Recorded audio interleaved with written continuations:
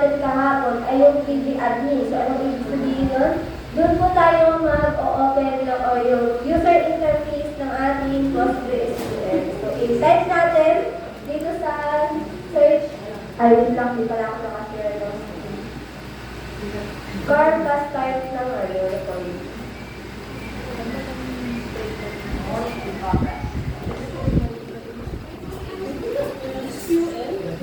Ayan, so pa-search po dito sa ating Windows.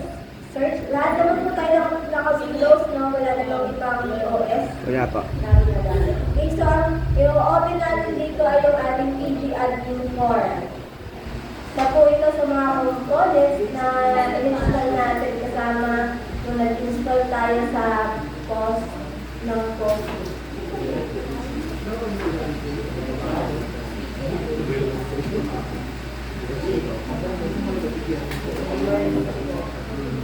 Okay? Yan. So, ito po yung ating i-open. Dito tayo na manage. PG Admin Management Tools for PostgreSQL. Nakita niyo po ba yung PG Admin form? Yes. So, paki-open po. Sino po yung successful na naka-install ng PostGIS? Pakitaas po ng green card. Successful. Yung iba po kasi gulaya nung kay Ma'am, ang nakita ko nangyari nung kay Ma'am, hindi tinitrip ng laptop niya yung PostgreSQL port 443 as hindi safe na site. So, pag ganun, kailangan i-allow natin yung port sa firewall, no? Sa mga IP na yun yung gagawa. Kaya, yun. Hindi mo ma-download yung PostGIS kasi hindi niya ina-allow. Okay? So, ito yung server natin. Yung server natin, ginawa natin sa mga local computer lang natin. Pero kung meron kayong server talaga, pwede kayong mag-install doon ng PostgreSQL and then doon po kayo mag-save ng data doon. Ang gagawin natin ngayon, ipapakita natin kung paano mag-connect sa server ng sa mga RDBMS natin and paano maglagay ng data. Okay? So, i-open natin yung server. So, pag dalawa yung in-install yung version ng PostgreSQL, magiging dalawa yung server dito. Yan. So, yung isa lang, sa beses ng nag-install, yung pina-install ko kahapon sa inyo, ito yung PostgreSQL 16. So, wala kayong 12 kasi nag-install ako ng 12. Kasi yung, ganito po kasi yun, no? Sa iba po kasi, halimbawa meron silang in-install na PostgreSQL. And then, yung version nila is 14. So, yung data ko na nasa 16, hindi sila makaka-connect. Dahil mas mataas yung version ko. O baka from higher to lower, hindi pwede. Kaya, ang ginawa ko, nag-install ako ng lower para makakonect yung nasa 14. Okay? Dita. Ay, wala po bang sound sa room? Meron karta. Meron na rin yung bayad. Ano yun? Wala daw sound sa room. Meron ba? Meron? Balik na tayo. Ayun. Meron na lang po. May iba pinapubok. Okay? So, tuloy na natin. Wala pa. So, lahat naman po tayo naka-16. Tama po ba? O mayroong tao na work or meron pa? Wala naman, no? So, hindi na tayo mahirapan. Sa 16 na lang na server ako mag-o-open. Okay? So, i-open natin yung PostgreSQL 16. Pwede niyo po akong sabayan. So, pag i-open ko to, lalabas or manghihingi siya ng password. No? Ito yung password. Yung pinalista ko sa inyo sa notebook. Nasabi ko sa inyo, yun po yung account ng inyong super user. Okay? So, lalagyan natin dito yung password na in-input nyo kahapon dyan sa inyong laptop PostgreSQL. Nung nag-i-install tayo, no? Paki-input yung password. Okay, and then click OK, so mag-connect na siya. Ngayon, meron siyang big databases, no? Meron siyang default Postgres. Pag nag-install ka ng Postgres, meron ka na siyang Postgres. So, dun sa hindi successful na nakapag-install ng PostGIS, ang meron lang sa inyo ay Postgres. Tama po ba? Okay po ba? Wala Postgres lang po ang meron sa inyo? Wala kayong nasa dalawang databases po na nasa taas. Tama po? Yes, ma'am. Okay. So, kung titingnan natin yung Postgres na ito, okay? Kung titingnan natin yung Postgres, i-open ko lang siya, expand ko, and then pupunta ako sa schemas,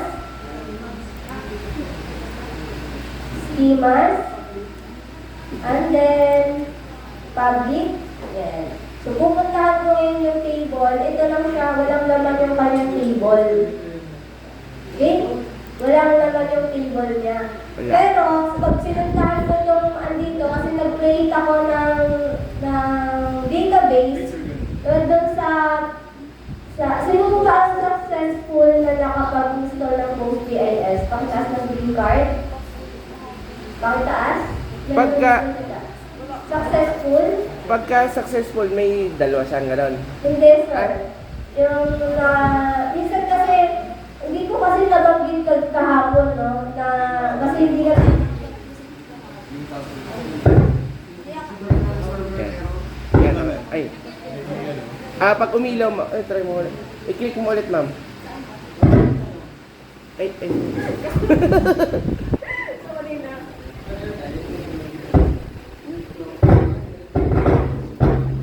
Yan. Bantan mo kaya, Jerome, ng ibang ano?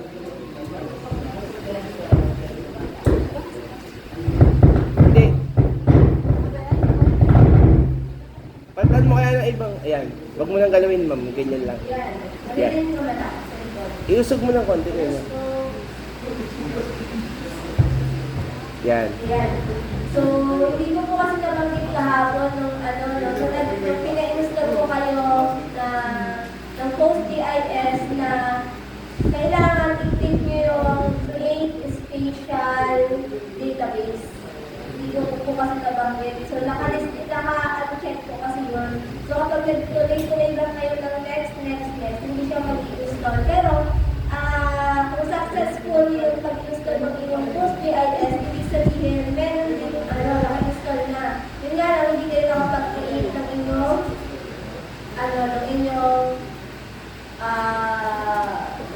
yung may PostGIS na database. Kasi ang gagawin nyo, i-enable nyo yung PostGIS sa database na yung normal database. Halimbawa ito, wala siyang PostGIS, no? Kasi nag-install ako, automatic meron na. Wala pa akong PostGIS, no?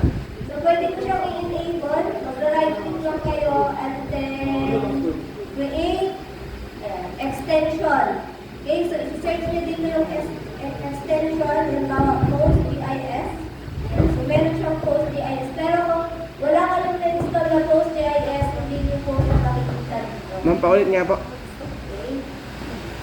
Ulitin ko. Halimbawa, nakalimutan nyo mag-create ng spatial.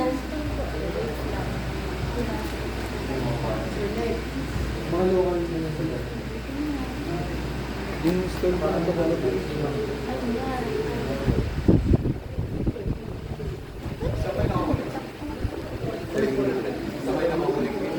Dito po. Dito rin, Lia. Apo.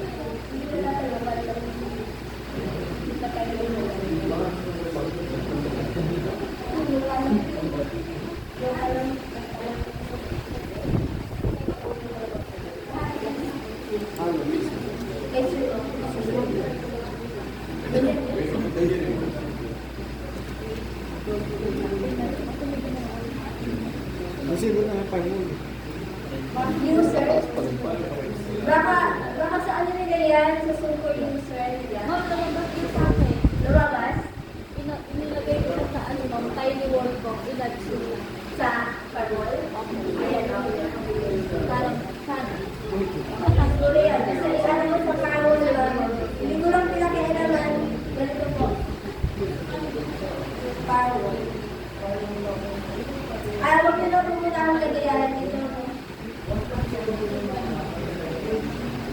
I-add mo lang yung port.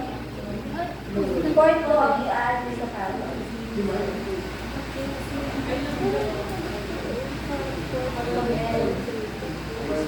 Advance.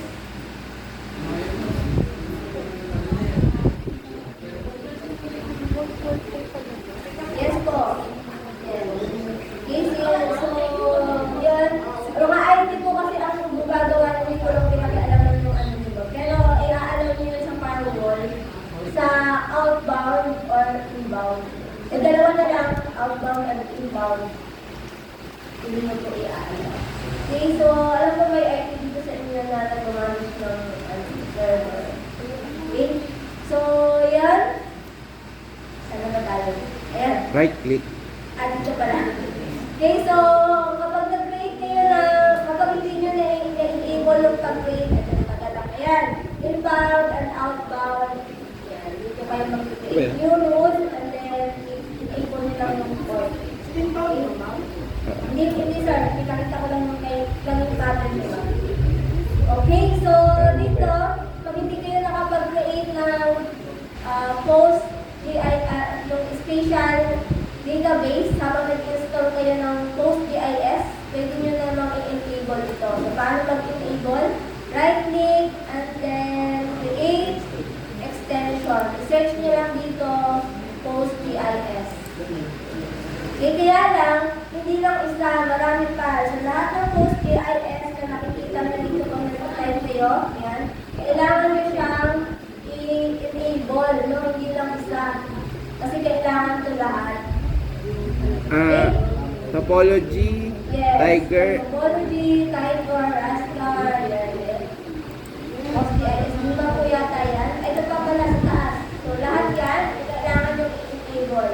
Pero, kapag select nyo yung create spatial database habang nag-install kayo ng PostGIS, magkakaroon kayo ng PostGIS_24. Ma'am, isa-isa akong ano? Yes po. Pagka napili, tas save. Yes. Tapos another create ulit. Okay, so magkakaroon kayo ng PostGIS_34_sample. Pag wala kayo niyan, no? Ibig sabihin na hindi kayo nakapag-create ng special database. So, anong pinaibahan nila sa normal database at special database? Okay? So, ito, ipapakita ko, no? So, ito yung ating normal na databases, no? Sa schemas, and then walang naman yung kanyang table. Pero pagdating dito sa ating PostGIS, no? I-open ko lang siya, and then schemas, yan. So, meron agad siyang public, Tiger data, and topology. No? And then, pag open ko ng public, dun sa table niya, meron din naman yan. Actually, meron akong vlog. Ilagay ko pala ito nung nakaraang training.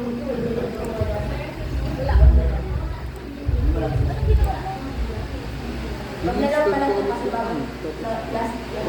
Ito na lang sa TIA. Ito yung generate ko, no? So, ipapakita ko schemas, public, and then table niya. So, ito yung lamang dapat niya. Meron na agad siyang spatial reference, point cloud formats, US, gas, rules, ano ba naman itong yung spatial reference system? So, pag i-open ko yung kanyang table,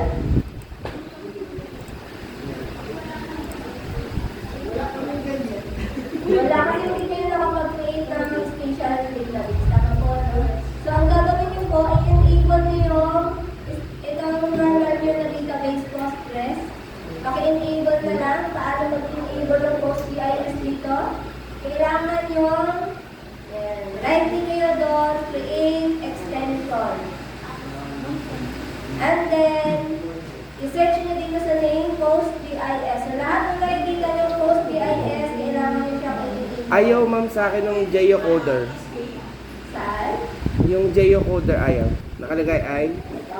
required. Tapos nyo na po ba yung iba, sir? Yes ma'am. Wala pa naman. Pag walang nakalagay sa inyo, ibig sabihin hindi successful yung pag-install yun ng PostGIS. Ayan, halimbawa yan, isa-save ko siya. Ayun, lalabas sa extension, di ba? Mama, nag-reinstall kami ng PostGIS. Ay, Postgres. Tapos, ano gagawin ko? Yes. Lahat po. Kasi pag-isa lang yan, sir. Yung sa installation kasi ng pag-ano, yung installation na yung lumalabas na kailangan sa tapos next lang. Tapos hindi na siya overnight na order lang. RT nyo, sa post-GIS po ba yan? Postgres. Yung sa PostGIS. Sa Postgres, wala pa po yung create Ay, okay na. Yun po yung sa pag-install ng PostGIS. Yun po sa stock viewer natin. Hindi kasi tayo pakita kahapon kasi hindi kaya ng internet. So, ang ginawa ko, doon ako sa tinutuluyan namin na install ng PostGIS. Ito po, sa extension natin, kung nag-install tayo ng PostGIS, alam ko hindi na ito ipapakita. Medyo bumabagag pa rin. Ayan, so, pag na next ako, next ko lang siya, ay, lang papakita ko. Kung saan yun, i-check. Nung in-install natin, sir, meron Sige, magbawas. Sino ba yun? Si Renz? ang sinalisan yung password. Sinalisan yung password.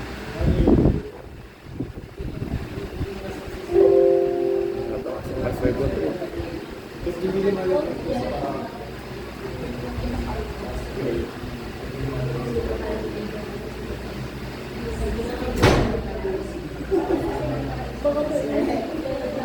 Go, sir.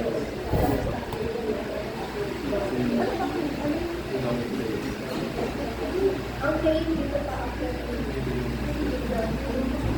Saan lalabas mo? Mag-ano ka mag-extension. Mag-add ka ng mga extension. Right click. Okay. Extension. Post. Okay. Check. Ito, nakikita mo ito? Yan. Lahat ng Yan. So, pag install kayo ng PostGIS, lalabas ng mga components niya. So, hindi nyo yata ito na-check. Create spatial database. Na-check ko yan ngayon. Yan. Lahat ba? So, kapag wala kayong na-set nito, habang nag-install kayo, ibig sabihin doon, walang laman yung inyong PostGIS na ito. Kagaya nito. PostGIS underscore 94 underscore download. Okay, so, since na-install nyo na yung photo, Ilang? Ilang mo? yung Postgres, pwede nyo naman siguro Wala ka ulit, sir. Ang mga tapos nila. Ay, lahat yan, sir. pwede nyo naman po siguro ulitin kasi hindi naman nasa-download dahil na-download nyo na siya. No? Sige nga, i-try nyo ako. Ay, bakit? Ano nga ba yun? Ano yun? Ito ba yun, sir? Ito yun, di ba? Ito, Jerome. Ito po siya, create spatial database.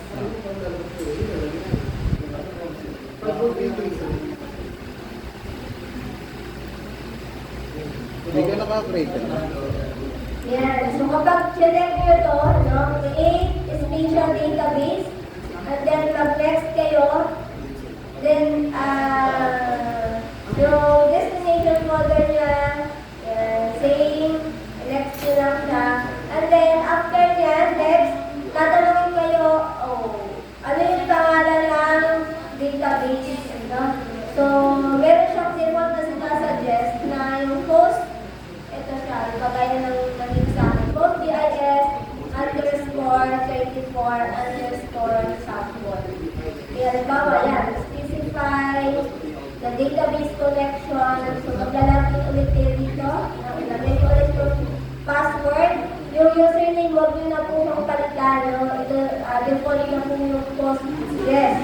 Yung password na lang, and then yung port. Okay? Then pag next lang kayo ito, yung database name, kung ano yung gusto nyo yung pangalang database na lalabas dito sa inyong Postgres, no? Sa PostgreSQL. So, nagbibigay siya ng default database names, naging 35 na siya kasi meron na sa aking 34. So, kung gusto nyo palitan to, no, pwede naman, sa akin kahapon nagpalit ako, Nia_training. Okay, para maipakita ko lang. Pero sa inyo, pwede nyo palitan. Or kung alin yung palitan, kung gusto nyo na ganyan, pwede naman i-install nyo lang. Okay? So, hindi ko na siya... Ma'am, pag successful lalabas yung sample, di ba? Ha? Yung Postgres sample, tama ba? Ito. Lalabas siya pag successful. Lalabas. I-refresh mo, sir. Yung Postgres.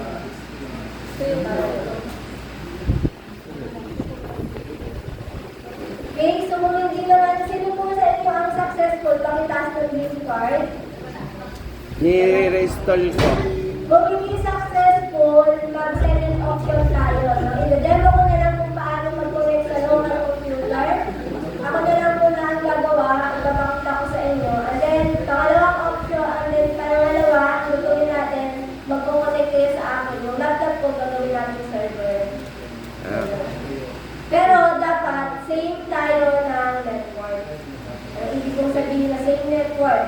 Kung nakakunik ako sa Wi-Fi na sa mail ko, dapat doon din kayo nakakunik para mag-usap yung network natin. Agutin nyo na lang, sir. Okay? Hindi ko alam kung kakayanin ng internet. Pero okay lang kahit mabagal yung internet mo. Basta safe network tayo, okay lang yun. Walang alam. Okay? So, sa learning, nakapag-install ng PostGIS. Ipapakita ko na lang. Pero yung doon sa successful naman yung pag-install, pwede nyo sabayan. Pwede nyo po ako sabayan. Okay? So, dito po ilalagay yung ating data sa Nia_training. So, iko-connect ko itong server natin papunta dito sa ating QGIS. So, paano natin gagawin? Open ako ng QGIS ngayon.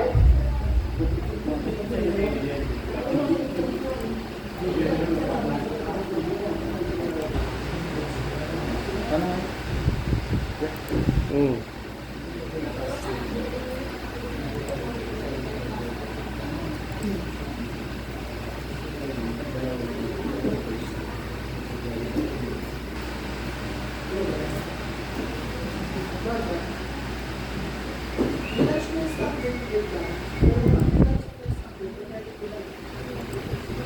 Ayan. So, andito na. Ayun, meron yun. Dito na ako sa QGIS, kukunik ko na yung aking database. Jerome, di ba ito? So, paano mag-connect ng PostgreSQL Yun lang naman, di ba? dito sa ating QGIS? So, dito sa ating browser panel, meron tayong nakalagay na PostgreSQL. So, meron din dito SQL server. No? Pwede din dito Enable mag-connect. GDAL driver, hindi na. Ay, Enable. meron din sir. Okay, sir. Basta yung create special lang. Okay, so meron tayong SQL server, meron din tayong Tapos yung password, yung Pero ano. since ang gamit natin is PostgreSQL, dito po tayo mag-connect. So, right-click kayo dito, New Connection. So, i-demo ko na lang, no? I-demo ko na lang. Or, yan. Wait And lang. then, ito naman yung pangalan ng connection. Halimbawa, ang gusto kong pangalan ay Nia_. Yun, Okay? finish. So, dito sa host, IP po ito ng ating server. So, since nakaloka lang naman ako, ang gagawin ko dito ay local host lang. Pero, kapag tayo ay nagko-connect sa server, sa iba, hindi sa ating local computer, so ilalagay nyo dito yung IP. Okay? So, since nakaloka lang ako, local lang muna yung ilalagay ko. Okay? So, paano makikita yung IP? So, bubukas lang ako ng command prompt. Then, ilalagay ko dito sa IP config, makikita niyo yung IP. Okay? So, mamaya, ilalagay natin ito. And then,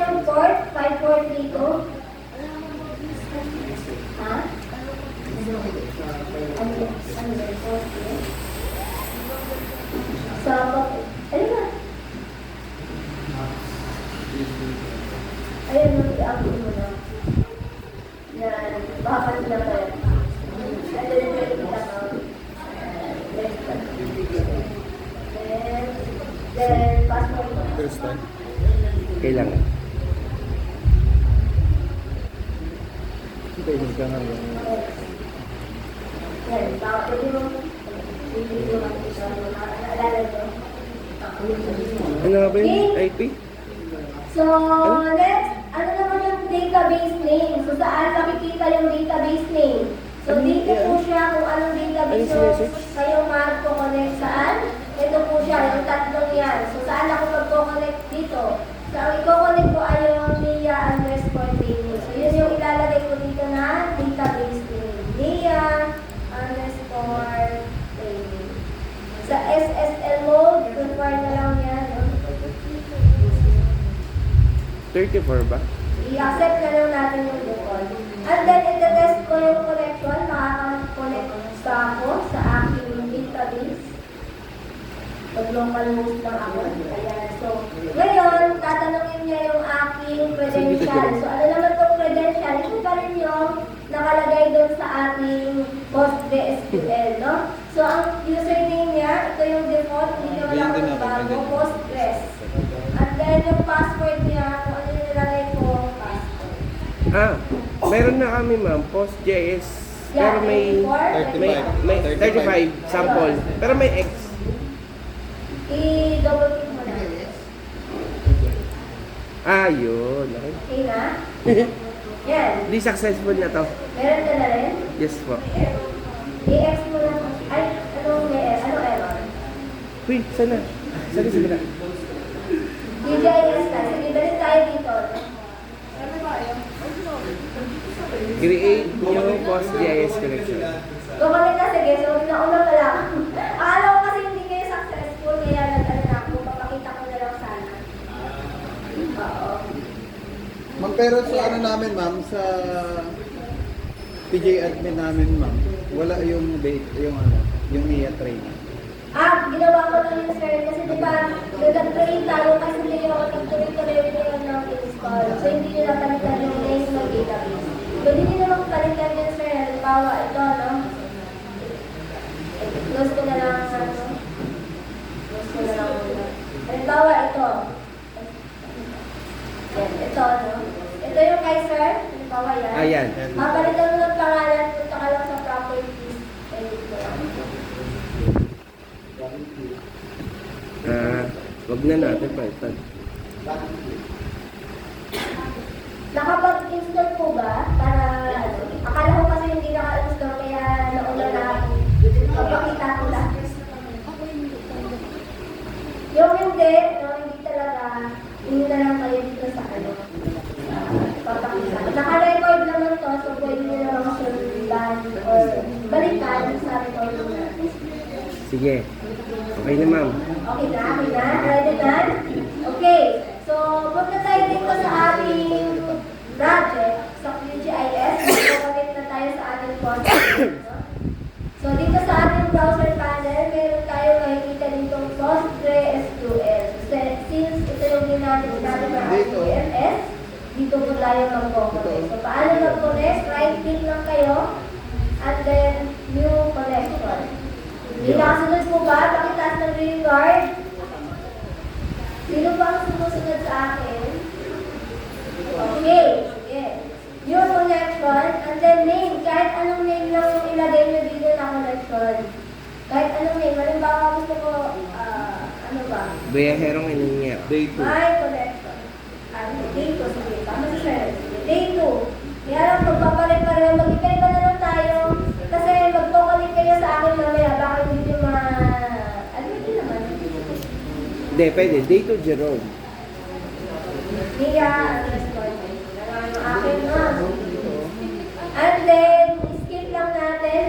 Bigkat lang yung service. Yung host, ito yung local nyo. Yung kung naka-local naman tayo lahat, ito yung local host. Naka-local naman yung ating host. Pero ito yung IP talaga na dito kayo maglalagay. Yung port natin, naalala niyo yung port kahapon, pinalista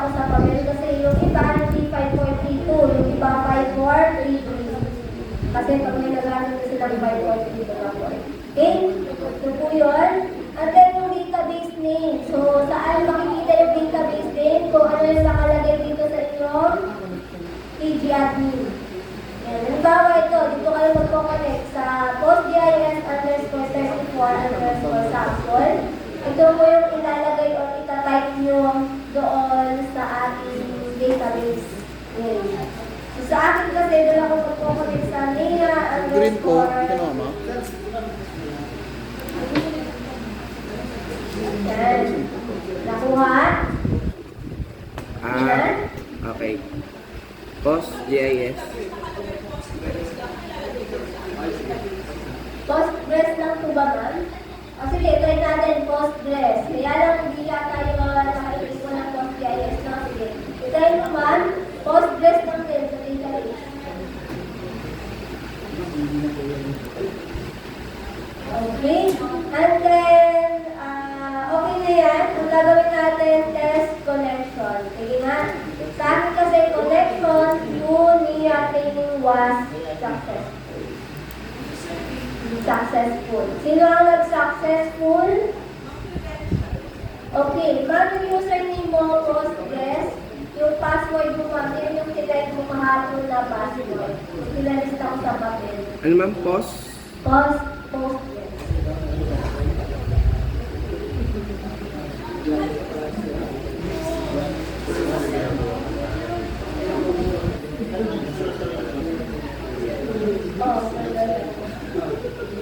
Password. Yan, ito po yung username, Postgres.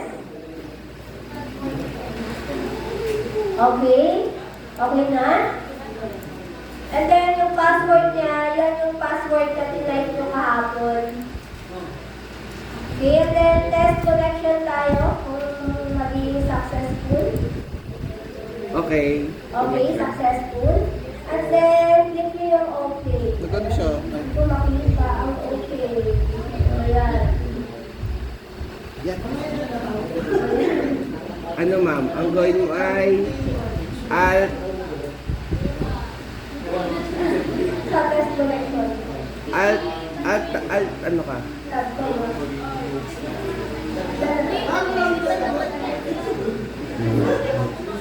Asa na? Nandun. Sige ma'am. Baba. Tapos, Okay. Asa na? Sige, ayan. Okay mo. Ay! Session change. tapos, test connect. Kailangan. Ayan. Hindi ako makapunta sa desktop.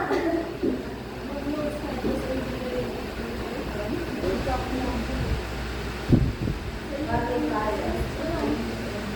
Then, Parang alt ano ata yun? Paano ano? ayaw.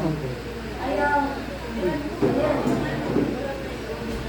Ma'am, nalilimutan. Yan, ma'am.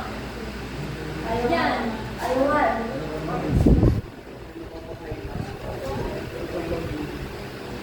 Oo, ma'am. Okay. Naka-autohide naman ito. Ayun na, ano yan? Tapos i-click lang mo yung okay. Wait lang nga, balik ko na lang sa normal, okay lang ba?